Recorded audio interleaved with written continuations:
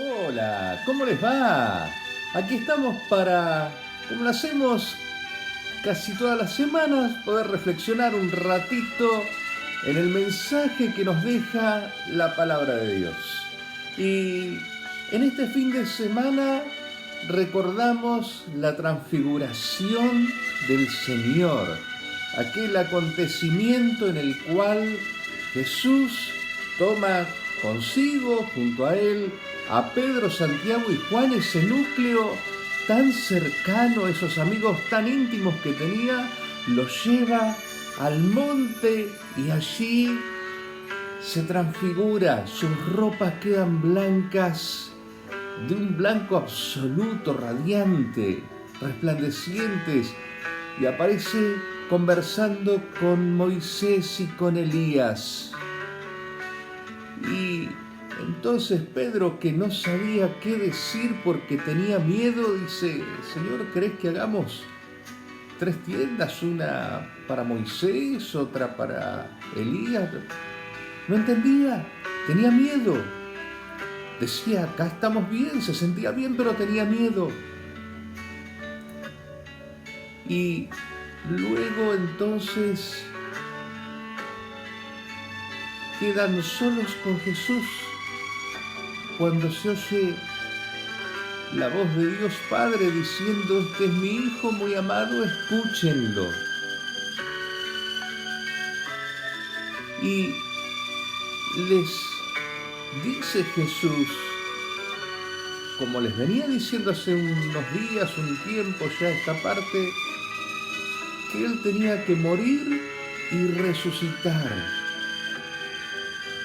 Y ellos no entendían muy bien esto de la resurrección de los muertos, que quería decir, cómo era, cómo iba a ser. Y esto nos plantea, nos pone de frente a algo que muchas veces nos sucede a nosotros. Todo el escenario, todo el relato de este pasaje de San Marcos nos remite a cosas de los apóstoles, pero también nuestra. Por ejemplo, en los apóstoles, Jesús hacía nada, 6 días atrás, había preguntado: ¿quién dice la gente que soy yo? Y ahí fue cuando, al preguntarle a ustedes quiénes dicen que soy, Pedro toma la palabra y le dice: tú eres el Mesías, el Hijo del Dios vivo. Y así lo bendice Jesús a Pedro, porque dice: feliz de ti porque no te lo reveló ni la carne ni la sangre, sino el Espíritu del Padre. Y al poquito tiempo nomás, cuando Jesús les comienza a decir que tenía que padecer, que tenía que morir para luego resucitar, ese mismo Pedro lo recrimina, lo reta. Lo lleva aparte y dice: no, ¿cómo vas a decir estas cosas? Él, a Jesús, tenía la osadía de retarlo a Jesús.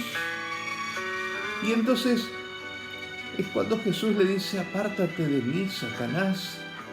Y le dice que él no entiende, que Pedro no entiende porque mira con ojos humanos y no con los ojos de Dios. Y esto nos pasa muchas veces a nosotros. A veces cuestionamos. Nosotros decimos: ¿cómo Pedro puede cuestionar a Jesús? Pero nosotros, ¿cuántas veces cuestionamos a Dios? Y nos preguntamos: Señor, ¿por qué pasa esto? ¿Por qué pasa lo otro? ¿Por qué permitís tal cosa, tal otra? ¿Por qué no cambias todo? A veces está el extremo también, como Santiago y Juan, los hijos del trueno, que tenían ese ímpetu, esas cosas, esas salidas. Por ejemplo, querían prevalecer sobre los demás, querían ser los que estén en los puestos de privilegio en el reino, uno a la derecha, el otro a la izquierda. Pero no solo eso, también en una oportunidad le dijeron a Jesús: Señor, vamos a decir que Dios haga caer fuego sobre una ciudad de samaritanos, simplemente porque no los habían recibido. Esos eran los hijos del trueno. Esas eran las personas, Pedro, Santiago y Juan, los más cercanos a Jesús.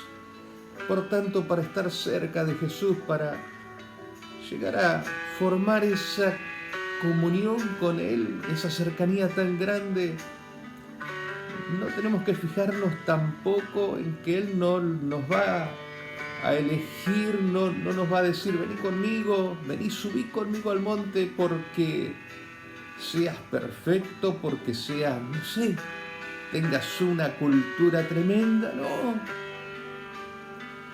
Él eligió a esos pescadores, a esa gente que obraba mal también, que tenía inclinaciones por malas ideas. De hecho, Pedro después lo negaría a Jesús. Y con ellos sube y se muestra en la visión gloriosa para que entiendan que sus palabras estaban refiriéndole a una vida futura con el Padre, una vida celestial, a punto tal de que el mensaje que escuchan del Padre mismo es: este es mi hijo muy amado, escúchenlo. ¿Escuchar qué? Su palabra. Y es un mensaje para nosotros. Si queremos llegar a subir a ese lugar con Jesús, escúchalo. ¿Y por qué Moisés y Elías? Porque Moisés y Elías habían hablado con Dios, ya tenían experiencia, porque recordemos que Jesús es la palabra de Dios, hecha hombre, encarnado en María. Entonces, cuando Dios hablaba con Moisés en el monte Sinaí, en medio de truenos, de relámpagos para los demás, en el medio estaba Dios hablando con Moisés. Quiere decir que estaba la palabra de Dios, estaba Jesús presente. No todavía en forma humana, pero estaba la palabra. Y cuando Dios habla con Elías, en medio de la brisa, de la suavidad de una brisa, ahí estaba la palabra de Dios. Y son Moisés quien representa la ley, cuando Dios le da la legislación, los mandamientos, y Elías a los profetas. Es decir, el pueblo de Israel no quería hablar directamente con Dios porque tenían miedo, porque decían: si lo miramos a Dios vamos a morir. Entonces Dios dice: bueno, voy a hablar a través de profetas. Y habló a través de profetas que también los castigaron, los trataron mal, no los trataron bien. Pero lo cierto es que ahí estaban Moisés y Elías, la ley y los profetas, resumidos con la palabra de Dios. Y aquí cierra todo también en aquel momento en el cual le preguntan a Jesús: ¿cuál es el mandamiento más importante? Y entonces Jesús contesta: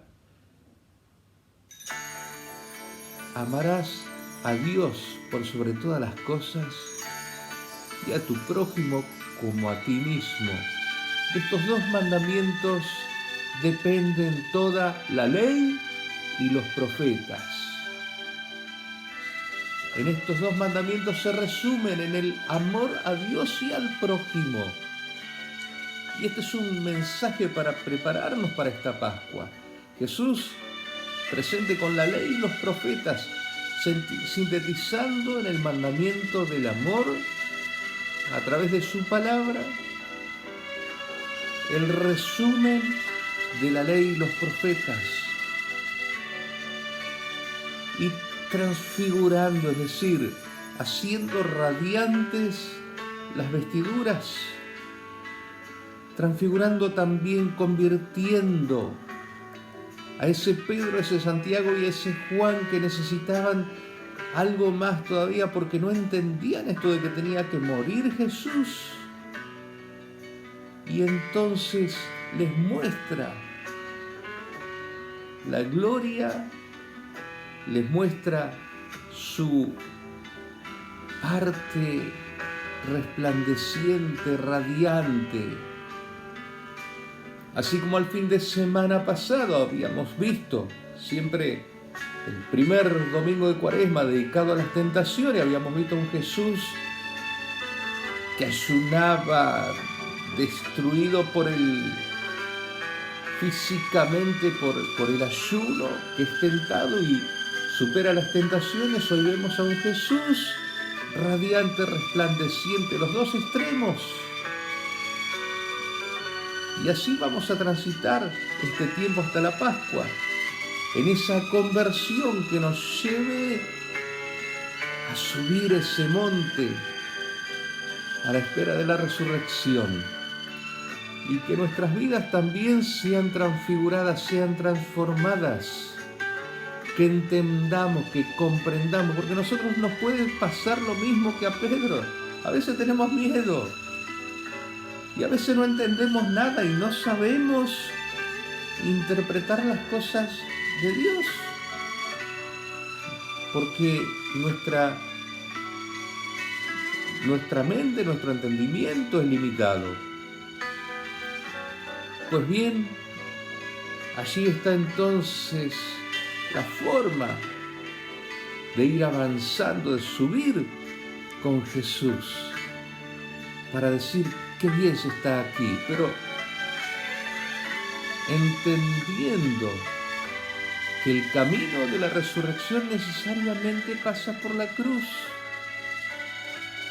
entendiendo que las cosas buenas siempre van a triunfar, pero que la vida también tiene que superar estas cosas, estos pasos malos, los nuestros y los de los otros, y ayudar en este tiempo de conversión, ayudar a los demás a subir a ese monte, a entender, a comprender esta verdad de que Jesús muere por nosotros y resucita, y que son necesarias las dos cosas.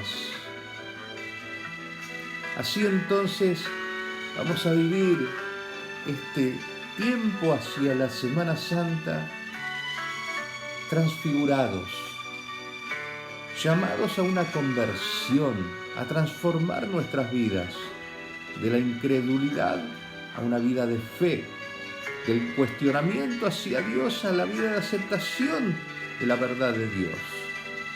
Que el Señor nos bendiga en esta semana, que tengan una excelente semana y nos seguimos viendo aquí para reflexionar sobre la palabra de Dios.